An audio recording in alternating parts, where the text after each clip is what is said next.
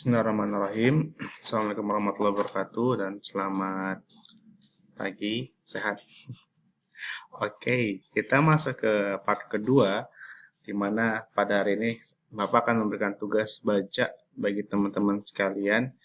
Oh iya, tugas baca ini akan Bapak share juga ke dua kelas yang lain. Soalnya ada 6 kelas, dua mata kuliah yang lain, yaitu mata kuliah eh, analisis laporan keuangan dan juga kelas bank dan lembaga non-keuangan. Bank dan lembaga non-keuangan. Agar sama-sama mereview buku Rich Dad and Poor Dad gitu ya. Waduh, kok kayak gini mah jadi banyak nih ceritanya. Oke lah, tak apa-apa. Oke, gambaran singkat supaya enak. Saya kasih tahu dulu nih apa yang harus dibaca dan apa yang harus disimpulkan pelajarannya. Jadi dalam membaca buku ada istilah cover to cover, tapi kita dalam konteks ini kita nggak harus wajib baca cover to cover karena akan memakan waktu yang cukup lama. Jadi pokoknya minta rekan-rekan baca bagian introduction, kemudian baca lesson 1, chapter 1 tentang The Rich Don't Work for Money. Oke. Nanti di bagian introduction ini kita akan dapat gambaran tentang latar belakangnya Robert Kiyosaki dan lain sebagainya. Kemudian di bagian satu ini teman-teman bakalan dapat banyak pelajaran yang menurut Bapak mind blowing. Kenapa kita bekerja? Jadi bekerja itu bukan untuk uang saja gitu, tapi ada hal-hal lain yang harus kita perhatikan dalam konteks kita bekerja. Jadi seperti Bapak pernah cerita, nggak tahu nih kelas yang lain juga nih, cerita tentang pendapatnya Elon Musk tentang bekerja. Jadi diri kita nih ibaratkan seperti mobil. Kita sebagai mobil kendaraan tuh harus digerakkan mencapai satu tujuan tertentu. Tujuan kita misalnya kita sebagai mobil ingin pergi ke pantai Trikora. Jadi Trikora itu ibaratnya impian kita, harapan kita ingin kita capai. Maka posisi uang itu seperti apa? Posisi uang adalah ibaratnya seperti bensin atau pelumas atau pertamax gitu kan. Dengan kita isi bensin dengan uang itu, maka kita bisa mencapai tujuan kita ke tempat yang ingin kita tuju. Jadi posisi uang itu bukan sebagai dia bukan hal utama saja sekedar hanya uang. Jadi misalnya kita mau pergi hanya dengan modal bensin kan kita nggak bisa kemana-mana juga kan, kita perlu juga yang namanya diri kita, integritas kita, kemampuan kita, akal kita. Diri kita itu kan komponennya lengkap, kompleks, ada akal, ada fisik, kemudian ada mentalitas. Jadi yang Bapak bilang tuh kita bekerja jangan hanya sekedar mencari uang, karena uang tuh hanya ibaratnya bensin atau hal yang bisa fuel, hal yang perlu mengisi kita gitu. Tapi tanpa bensin pun kita tetap bisa pergi ke sana. Misalnya kita nebeng sama orang lain, kan tetap bisa kan. Jadi tanpa uang pun kita bisa bekerja sama dengan orang lain nantinya dalam kehidupan kita dan seterusnya. Jadi harapan Bapak setelah teman-teman baca buku ini berikan feedbacknya berupa reviewnya seperti apa. Nanti tolong mudah-mudahan hal ini bisa menjadi satu perspektif baru bahwa ketika kita ingin menjadi orang yang berhasil, ya kita nggak hanya bekerja dalam sekedar sebatas mencari rezeki, tapi kita juga harus bisa membangun orientasi yang baru bahwa kita juga bekerja untuk melakukan hal yang lain seperti itu. Oke, sekarang kita balik ke materi kita hari ini di bagian yang terakhir, yaitu tentang analisis laporan konsolidasi. Jadi ingin Bapak sampaikan bahwa dalam pembelajaran kita hari ini nggak akan ada banyak tugas yang ingin Bapak sampaikan, tapi Bapak ingin memberikan kesempatan pada kita semua untuk bermain. Konsolidasi itu tujuannya satu perusahaan, kan kita tujuan kita belajar tentang materi klasik keuangan lanjutan adalah salah satunya adalah penggabungan usaha. Kita kemarin sudah melihat ada dua cara untuk menggabungkan usaha. Pertama, secara yang kepemilikan dengan pembelian saham, gitu kan. Kemudian cara yang kedua dengan cara menggabungkan usaha. Ada yang merger, ada yang konsolidasi. Ada yang perusahaan A, B, C bergabung. Itu perusahaan A yang lebih kuat, ada juga perusahaan yang A, B, C digabung, membentuk perusahaan baru di perusahaan D dengan manajemen yang juga semakin kuat.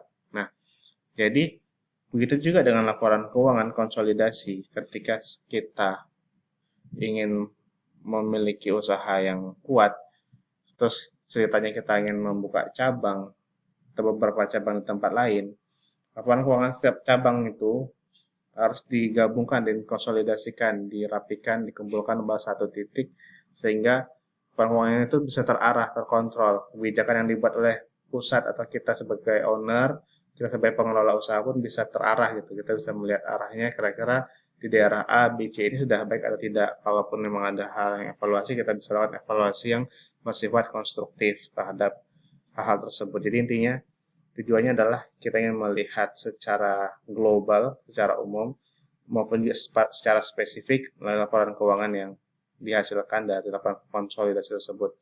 Karena dengan laporan konsolidasi, kita tidak hanya melihat pada satu perusahaan induk, tapi kita juga bisa melihat laporan keuangan dari banyak anak-anak perusahaan yang kita miliki, atau banyak cabang-cabang yang kita miliki. Jadi kira-kira itu gambaran mengapa kita harus melakukan konsolidasi laporan keuangan. Oke, supaya enak saya tulis deh. Tidak lupa pula kan. Khawatirnya ada hal-hal yang miss, yang enggak tertangkap. Tujuannya itu melakukan controlling. Nah, kalau menurut Bapak hal lain yang penting itu selain controlling, yang berikutnya adalah ini. Controlling jelas ya, controlling itu maksudnya ingin melihat kondisinya seperti apa. Kita bisa mengontrol sesuatu itu sudah baik atau tidak, gitu kan. Ibaratnya kalau di dalam pemerintahan sekarang dalam pengelolaan COVID itu seperti namanya gas rem. Pemerintah menggunakan bahasa itu, tapi benar lah kita gunakan juga untuk pelajaran kita hari ini. Kemudian kalau menurut Bapak hal penting juga yang harus mengapa kita consolidate, terutama dalam hal decision making. Saya gimana sih? Bagi para pembuat keputusan ini satu hal yang penting, karena dengan laporan keuangan yang terkonsolidasi kita bisa melihat dengan jelas kondisi keuangan antara perusahaan induk dan anak misalnya. Kita bisa melihat kondisi seperti apa dan kemudian kita bisa melakukan pengambilan keputusan yang bijaksana itu seperti apa. Begitu juga hal ini penting bagi pihak-pihak yang berkepentingan sih istilahnya.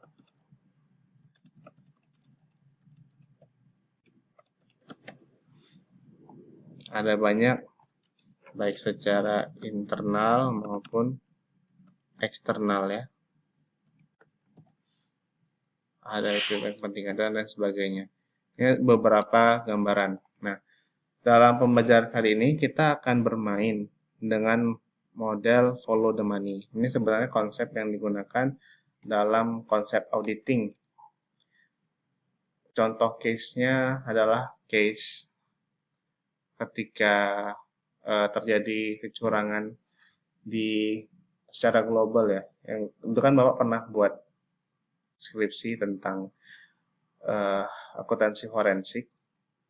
Jadi dalam akuntansi forensik itu dalam auditing ada istilah itu yang namanya follow. Ini salah satu itu ya. Salah satu strategi cara kita untuk melihat kecurangan adalah dengan cara follow the money, melihat kemana uang itu keluar atau lihat cash flow-nya. Setelah follow the money, kemarin ketika mereka lakukan follow the money, menemukan